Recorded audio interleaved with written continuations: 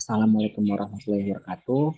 Saya Sabta Pangestu Widadi Skalin Azmi dari jurusan Desain Interior Fakultas Desain dan Seni Kreatif. Di sini saya akan mempresentasikan mengenai penggunaan bahasa gaul di Indonesia pada kalangan remaja masa kini. Latar belakang.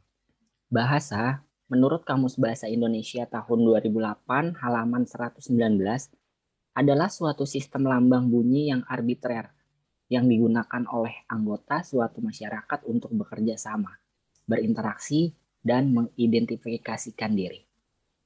Bahasa sebagai suatu sistem komunikasi adalah suatu bagian dari sistem kebudayaan, bahkan merupakan bagian inti kebudayaan.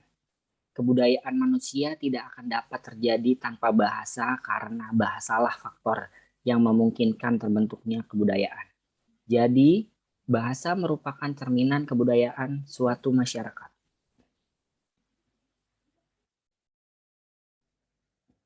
Di Indonesia saat ini banyak menggunakan bahasa asing atau bahasa gaul dalam bahasa sehari-hari.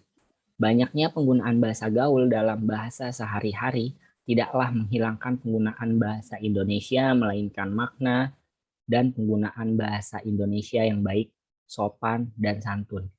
Dalam kehidupan sehari-hari menjadi kabur, para remaja ini membuat bahasa Indonesia menjadi bahasa gaul dengan cara memplesetkan bahasa Indonesia. Dahulu bahasa gaul lebih dikenal sebagai bahasa prokem. Bahasa prokem ini populer sekitar tahun 1980-an. Awalnya bahasa gaul digunakan oleh kelompok-kelompok tertentu saja, hanya digunakan oleh beberapa kelompok tertentu karena tujuan awal adanya bahasa ini agar anggota kelompok tersebut saja yang mengetahui maknanya. 1. Pengertian bahasa. Bahasa adalah suatu alat komunikasi yang digunakan makhluk hidup untuk berinteraksi antara satu dengan yang lain. Di dalam berbahasa terdapat dua macam bentuk, bahasa formal dan non-formal. Bahasa verbal merupakan suatu alat komunikasi yang digunakan manusia sejak lahir dan menjadi komunikasi dasar yang digunakan secara umum oleh masyarakat di dunia. Setidaknya terdapat sekitar 7.000 bahasa yang ada di dunia. Bahasa yang paling banyak digunakan saat ini adalah bahasa Inggris. Bahasa tersebut paling banyak digunakan masyarakat di dunia karena telah ditetapkan sebagai bahasa internasional.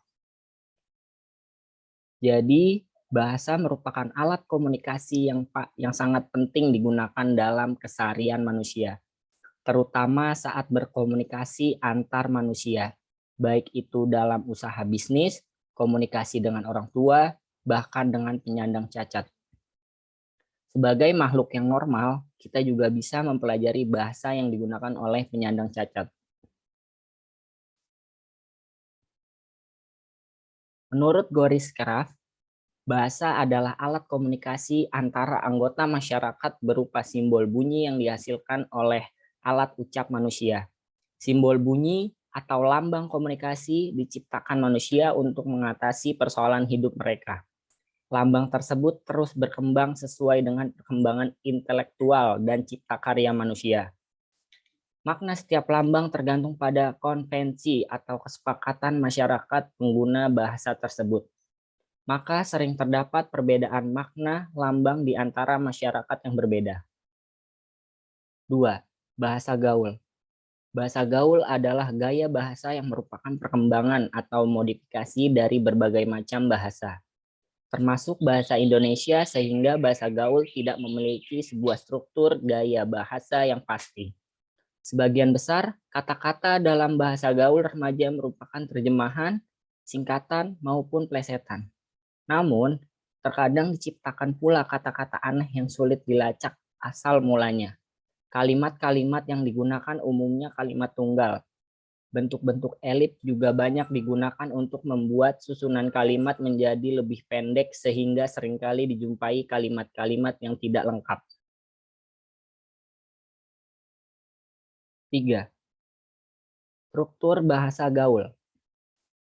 Ragam bahasa gaul memiliki ciri khusus, singkat, lincah, dan kreatif. Kata-kata yang digunakan cenderung pendek, sementara kata yang agak panjang akan diperpendek melalui proses morfologi atau menggantinya dengan kata yang lebih pendek seperti memang menjadi emang. Kalimat-kalimat yang digunakan kebanyakan berstruktur kalimat tunggal.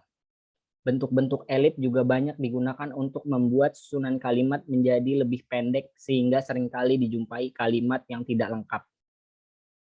Dengan menggunakan struktur yang pendek, pengungkapan makna menjadi lebih cepat yang sering membuat pendengar yang bukan penutur asli bahasa Indonesia mengalami kesulitan untuk memahaminya.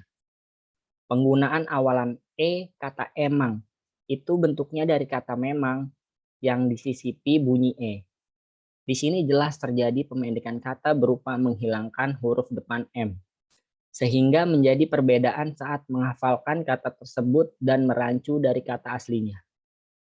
Kombinasi KAG, kata kagak, bentukan dari kata tidak, yang bunyinya diganti kak. Huruf konsonan pada kata pertama diganti dengan K, huruf vokal I diganti A. Huruf konsonan kedua diganti G, sehingga kata tidak menjadi kagak. Kesimpulan, bahasa Indonesia adalah bahasa persatuan. Jadi, sebagai masyarakat Indonesia yang peduli dan menghormati bahasa nasionalnya, kita harus menjaga serta turut melestarikan bahasa kita, yaitu bahasa Indonesia. Bahasa gaul pun dapat merusak tata bahasa yang sudah ditetapkan dan dapat membuat kita tidak sopan jika berbicara pada orang penting. Inilah beberapa sumber daftar pusaka dari presentasi saya. Sekian presentasi saya dan terima kasih. Wassalamualaikum warahmatullahi wabarakatuh.